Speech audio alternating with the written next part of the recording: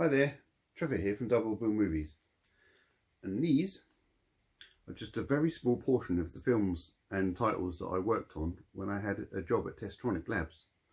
Some great films there. Now, the reason I'm showing you that, and of course you've already seen the title of the video, there's been a lot of talk about bootlegs going on. Now, I'm not going to sit here and say you shouldn't buy these bootlegs, because that's entirely your choice. All I'm going to do is just say, well, look, I spent 7 years at a company in Pinewood Studios, 8 hours a day testing these discs and making sure that they worked properly, and you know that there was nothing wrong with them. This was a great job. It was it's not the easiest job, because it's quite technical, it's quite involved. And as I found out when I went to Sony, an actual authoring house, it was even more involved and way more technical than I had ever expected.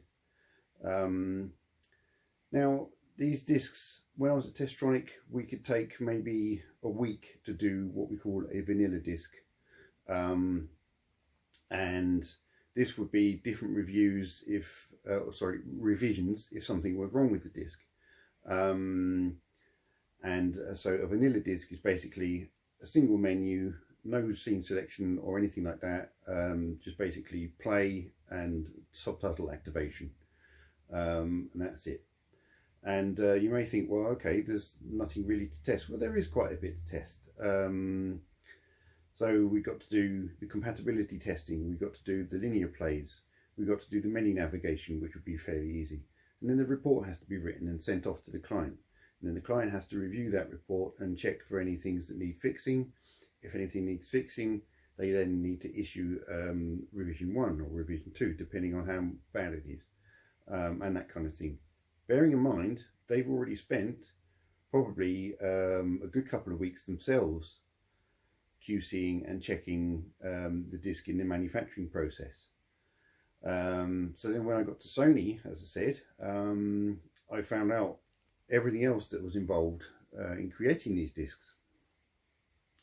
And you know, it starts from getting the assets in the building, ingesting them, doing the QAR test, then slowly start compiling the discs. Now that's bearing in mind that there's nothing wrong with the ingest, which can take hours and hours.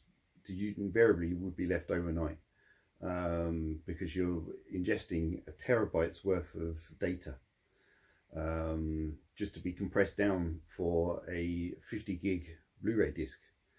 It's a lot of information, huh? So yes, why bootlegs? Why are people buying bootlegs? Why are people creating bootlegs? Well, as you can gather from the little bit of information I've just given you, there's a long process in creating just one disc. That means a lot of money. So that also reflects the cost of the disc when you purchase it from the shop. So when you see this £25 price tag on a Blu-ray, and you think, hang on, Blu-ray's been out years, why are we spending £25 on it? If it's a new disc, it still takes a long time. It could take up to a month, sometimes 3 months, depending on the disc and the content on the disc, to create. So all that work's gone involved. That's prior to replication. So you've also got the replication, the packaging, and all that adds up. That's where your price tag comes from. And of course, the retailer has to make a bit of profit too. So it's not the likes of Zavvi or HMV or Amazon or whatever just pricing it willy-nilly. You know, they've got to make a profit, and that's the recommended retail price. So that's just Blu-ray. So with 4K, when you look at £35 for just a single disc, and you know, no slip or anything like that, or depending on 4K takes 3 times the cost as it does Blu-ray. I'm not sure how much longer it takes to create a 4K disc than it does a Blu-ray or even a DVD, because I never worked on 4K. But Believe me, it's a long process. There is a video, a great video on YouTube where the host of the channel is actually speaking to the MD and the head of QC of Arrow. I shall try my best to find that video and put it in the description below. That gives you a really good insight into the process taken to create these discs, and a bit more information about how long and sort of the cost levels. So keep an eye out for that in the description. So yes, kind of lost my track a little bit. A lot of information up here, and just want to get it out to you as clearly as possible. So Disney, all these streaming services, Netflix, Prime, Disney, Peacock, all these other ones, and your favourite shows come on them, and you think, right, I want a physical copy. And Disney at the moment thinking, well, maybe, you know, it's just not worth our while to create all these discs, to put all these episodes and QC them, and spend the time and the money doing it and getting them out on physical media, because not enough people are buying them. Obviously we are, and we want them, but if there's not enough of us, they're not going to create them. Now obviously it does seem we're on a little bit of a threshold with Disney, and they may start create more physical media, with the recent Cinderella release, which is now getting a general release. You could only buy it through the Disney Movie Club before, but now it seems we're getting a general release, and that's a good thing.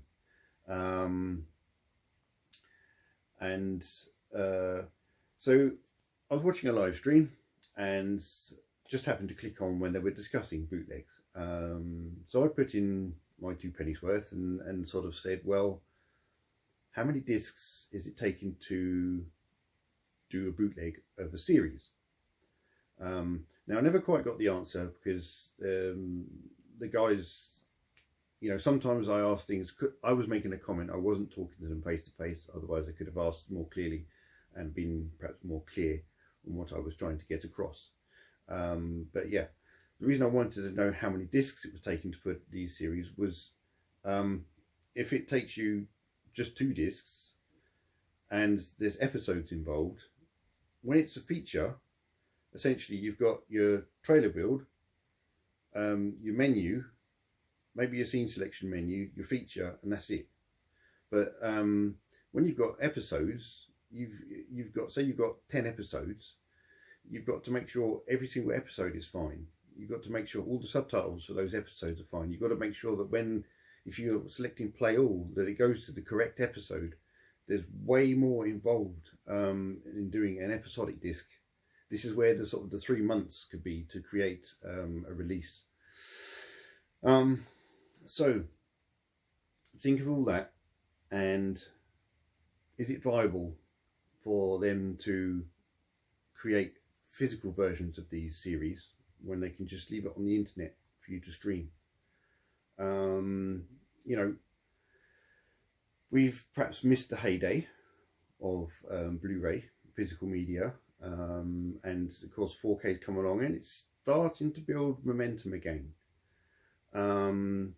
But you know, this pile, like I said, is a very, very small portion, 7 years of work, and we did all of these as well. This was amazing to work on, and you may have seen this on my channel.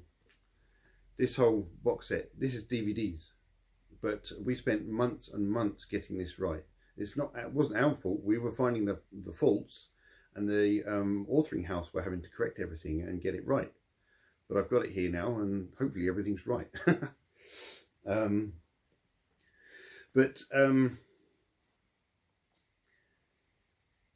Like I said, by all means, buy your bootlegs if you want to. It would be really hypocritical for me to do it, having, you know, spent all that time in my life helping create the discs. Now, I have musical bootlegs. I have Iron Maiden bootlegs, and Iron Maiden are my favourite band. I don't have many, but I have some VHS copies of bootleg concerts where someone stood in the crowd with a camcorder, and you know, this was when they were quite big as well, so how they managed it I don't know, and that kind of thing. But these are shows that will never ever get a release, even though it was filmed, this particular show I'm talking about. Sadly, 2 fans died during that day. It was a festival at Donington Park. It was the Monsters of Rock Festival in 1988, and Iron Maiden's set was filmed and everything, because there was 2 big screens either side of the stage. Now I was never there. I was too young. I didn't even know who Iron Maiden was. I didn't even know what heavy metal was in 1988. Not until 4 years later did I come across this band. So yes, I have bootlegs in my physical media collection, because obviously physical media is CDs, vinyl, tapes, VHS, all sorts of media that we can handle and put in a player and watch or listen to. But if too much of this bootlegging is done, then yes, it could kill the industry. Because we're on quite a knife edge with it at the moment anyway. If you know, Disney or Warner Brothers or someone think, well, people are just bootlegging stuff, people are just stealing our art, our work, and creating this for themselves, so we can't stop them stealing it, so why bother creating our own physical media if they're just going to do it themselves? So let's look at that situation. The immoral part of it is someone is stealing someone's art illegally, and putting it on a disc and then selling that stuff, making money out of it. And it's not their work, it's not their art, it's not for them to make money. But then the moral side of it is, because there is one, you know, we want this physical media. We are collectors of physical media. We want the best possible quality. Now, I can only imagine that these bootlegs are ripped from streaming.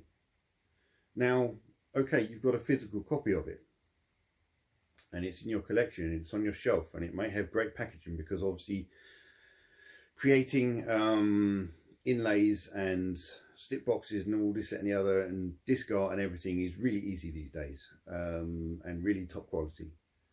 But essentially a 4K streamed film is not much different to watching a Blu-ray quality wise, because you're having to squash that massive amount of information I told you about, over a terabyte. And for 4K, that was for Blu-ray. 2K, a terabyte of data. So, you know, you're talking 4 times the amount of data for 4K, and that's still got to be squeezed onto a 100 gig disc. And so you're not going to get any better quality, I don't think, unless any of you can tell me and guarantee me and say to me, yes, Trevor, I can watch my bootleg of such and such a show, which was 4K available on streaming, but it looks better on disc. Now, you're essentially watching it on a very small screen. Doesn't matter if you've got an 85-inch screen, it's still very small. Compared to the actual size of the image that you're looking at, which is meant to be cinema size, you know, 30, 40, 50 feet, you're watching it on a very small screen. And if you're not trained like I am to see all the errors in the picture, and other people do pick them up, you know, people who aren't trained pick them up. I've just found out that 88 are having to make some corrections on 2 of their recent 4Ks. And of course, they've only just started their journey into 4K. You know, I have them. I need to check them myself, so I need to find out if I can spot these errors that you guys are spotting, who aren't trained. And, you know, anyway, that's my little talk on bootlegs. Feel free. I'm not going to stop you. I'm not the police, you know. And I don't know, keep going on to forums, keep talking about it and saying we want this, we want this. Keep messaging Disney, keep messaging Warner Brothers or Paramount, Universal, whoever, and say, look, can we have physical copies of this? Start some kind of petition, and if 100,000 people sign it and want a copy of it, then they'll see it's a viable thing to do. And we can make 100,000 units of this, they're not making any more. And it will be worthwhile. But you know, anyway, thanks for watching. Hope you enjoyed this little video, and please check out some of my other content. It's not me ranting about what you should and shouldn't do. You know, I've got a collection of nearly 2,500 titles, ranging from DVD, Blu-ray and 4K. I do have you know, more special edition box sets like this, and at some point I would like to work my way through showing you them. I have a series on how physical media is made. Obviously I've just touched on it, and I'm 4 episodes in, and that series is still not finished. I still need to do more because there's still more to come to tell you. And yes, check my playlists. They're all in sort of categories of things I have: collection videos, unboxings and reviews, that kind of thing. Anyway, give the video a thumbs up because I know you liked it, because you're still sitting watching me, so give it a thumbs up. Subscribe to the channel. You know, I've got lots of information that I can give you guys, and set your notifications to all if you don't want to miss any of my videos.